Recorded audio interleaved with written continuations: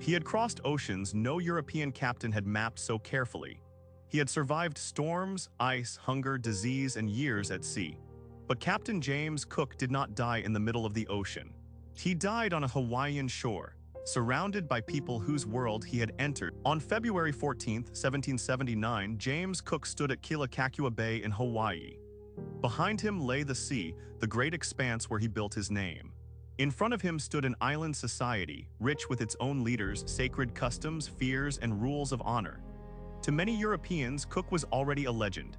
He had crossed the South Pacific, charted New Zealand, reached Australia's eastern coast, sailed near Antarctica, and ventured toward the icy north. His name would soon appear on maps across the world. But on that morning in Hawaii, that is the strange power of Cook's story. He was not born to greatness. He came from humble beginnings, a poor boy from northern England, learning to measure the world with extraordinary skill. Yet at the end of his life, he discovered something a map could not explain. A map can show a coastline, mark a bay, a reef, or a dangerous water route. But it cannot always explain. James Cook was born on November 7, 1728 in the village of Marton in northern England. His family was modest. His father worked the land. The young Cook grew up far from the powerful circles of London, away from admirals, ministers, and scientific societies. Nothing about his birth suggested that one day, his name would be linked to the vast Pacific, Australia, New Zealand, Hawaii, Alaska, and the edges of But Cook was born into a changing Britain, a country transforming into a naval and trading power. Ships carried goods, soldiers, news, ambition, and influence. The sea was perilous, but for a disciplined young man with ability, it could be a ladder to greatness. Cook first learned the hard life aboard merchant ships, working on coal-carrying vessels that traveled the coast between northern England. These were not romantic voyages. There were no grand speeches or cheering crowds, just cold weather, heavy cargo, long hours, rough waters, and the daily discipline of survival. These years taught him lessons no comfortable classroom ever could. He learned tides, winds, coastlines, and the quiet mathematics of movement. He learned that at sea, by his 20s, Cook had become a skilled seaman. He could have stayed in the merchant service where life might have been more profitable. Instead, in 1755, he joined the Royal Navy, a choice that changed everything. Britain and France were locked in a fierce global rivalry, their conflict stretching from Europe to North America. In that world, ships were more than vessels. They were instruments of war, trade, and power. During the 7 Years' War, Cook served in North America, where his talent for surveying became impossible to overlook. He helped chart treacherous waters around the St. Lawrence River, a critical route in Britain's campaign. For commanders, courage mattered, cannons mattered, soldiers mattered. But without safe passage, even the strongest army could be trapped by geography. Cook's skill gave movement to power. He looked at dangerous waters and transformed uncertainty into lines, depths, routes, and warnings. This ability lifted him from obscurity. After the war, Cook continued surveying Newfoundland. His maps were so accurate that Admiral Tighe began to see him as more than just a sailor. He was becoming a man who could carry science and imperial ambition into uncharted territories. Then in 1768, he was given the voyage that would define his life. Science opened the door, but empire walked through it. HMS Endeavour left Plymouth on August 26, 1768, on a public mission for science. Cook was to sail to Tahiti so astronomers could observe the transit of Venus, a rare event. If scientists could measure it from different parts of the world, they hoped to calculate the distance between Earth and the Sun. It sounded like a pure mission, but sealed instructions carried another purpose. After Tahiti, Cook was to search the South Pacific and chart important lands. Europe was not merely curious about the world, it was competing for it. When Endeavour reached Tahiti in April 1769, Cook entered a society with its own customs, sacred rule. To the Europeans, Tahiti seemed beautiful and generous. But beauty did not mean simplicity. The island was not a paradise untouched by history. It was a living world filled with laders, rivalries, and traditions unknown to the visitors. This became evident when a scientific instrument disappeared. Cook responded by seizing local chiefs until it was returned. It solved the immediate problem but revealed a deeper weakness. At sea, command could save lives. On land, among people with their own authority, that same instinct could become pressure. After Tahiti, Cook sailed toward New Zealand with Tupia, a Tahitian priest and navigator who helped him communicate with Maori. Tupia understood the Polynesian world in ways the Europeans did not. His presence was crucial, but even with him, contact could turn tense. Cook charted New Zealand with remarkable skill, showing it was not part of a larger southern continent, but rather two major islands already inhabited by powerful. To European geography, this was a significant achievement, but to the people who lived there, the land had never been unknown.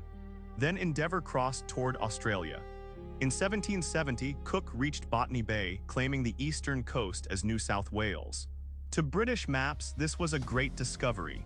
To Aboriginal peoples, it was the arrival of strangers in a world with its own. Cook did not build the later British colony in Australia, but his charts made the coast visible and accessible to decision-makers far away.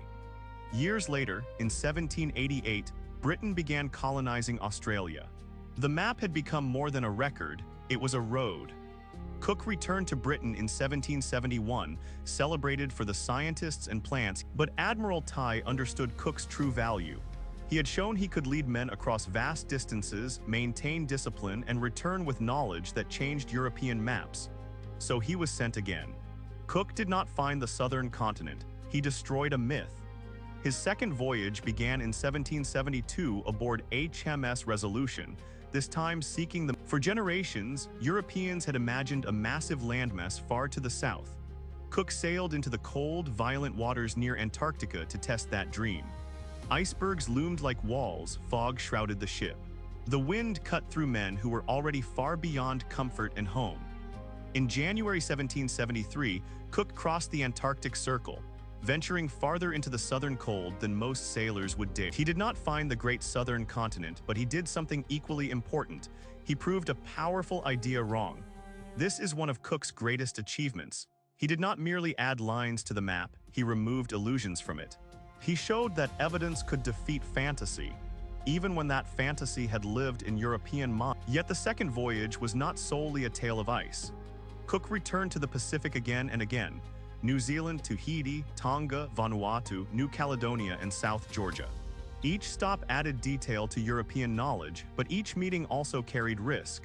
Some islanders welcomed the ships, others observed. Cook often tried to control his men, avoid unnecessary violence, but he could not manage every sailor, every misunderstanding, or every consequence of contact. The longer the voyages continued, the clearer it became. The Pacific was not empty space between islands. It was a connected world of ocean routes, languages, ceremonies, alliances, trade, memory, and Cook's third voyage began in 1776. By then, he was older, more fatigued, and under greater pressure. He sought a passage across the top of North America that Europeans had coveted for centuries. A northwest passage could change trade, naval power, and global competition. But this voyage felt different from the start. His ships were inadequately prepared, his health declining, and his crew harder to discipline. The man who once imposed order on the sea was now sailing into a journey where control slipped away. Cook returned to the Pacific Islands and then sailed north. In January 1778, he reached Hawaii. Initially, he did not linger, his mission pulling him onward toward North America. He explored the Pacific Northwest, Vancouver Island, Alaska, and the Aleutian Islands, but geography had limits. There, ice halted him, the Northwest Passage remained elusive. Cook had traversed the world, but the world still had boundaries. The sea could refuse him, the ice could block him. Geography could still assert its authority. So Cook turned south again, returning to Hawaii. In January 1779, he returned to Kealakekua Bay. At first, the welcome was extraordinary. Many Hawaiians honored him, seeing him as a connection to Lono, a sacred figure associated with fertility and abundance. To Cook's crew, it appeared to be admiration for a great captain. But this was not a simple encounter between explorers and islanders. It was a meeting between two worlds, each attempting to understand the other through its own rules. The ships required supplies, and the sailors depended on local hospitality. However, some abused that goodwill. As the Europeans lingered, their presence grew heavier. Hawaiian leaders had welcomed visitors. Cook eventually sailed away, but soon after a storm damaged his mast, forcing him back to Kealakekua Bay. That return altered everything. What had seemed temporary now appeared uncertain. The Hawaiians wondered why the ships had returned. Would they leave again? Would they remain? Would these armed strangers become a threat? Then a boat was stolen. Cook responded using a tactic he had employed before, attempting to take a high-ranking chief, Kalani Pu, as leverage until the stolen property was returned. But this time, his old method failed on the shore. Cook was no longer the master of the situation. Authority belonged to a world he had. The islanders resisted and conflict erupted. Within moments, Captain James Cook was dead. His death shocked Europe, but it should not be simplified into a story of savagery, heroism, or blame. It stemmed from misunderstanding, pressure, cultural distance, fear, and the dangerous belief that Cook's legacy remains powerful yet divided. He was a brilliant navigator, a careful surveyor charting New Zealand, Australia's eastern coast, parts of the Pacific, the Antarctic region, Alaska, and the northern seas. He expanded European knowledge of the world on an unprecedented scale. But his voyages also opened the Pacific to deeper European contact, trade, settlement, and colonization. Cook did not create all of that alone, no single man could. Yet his maps rendered distant places more visible to powerful nations. Visibility can foster understanding, but that is why Cook's story cannot be neatly categorized within history. He was not simply a hero or a villain.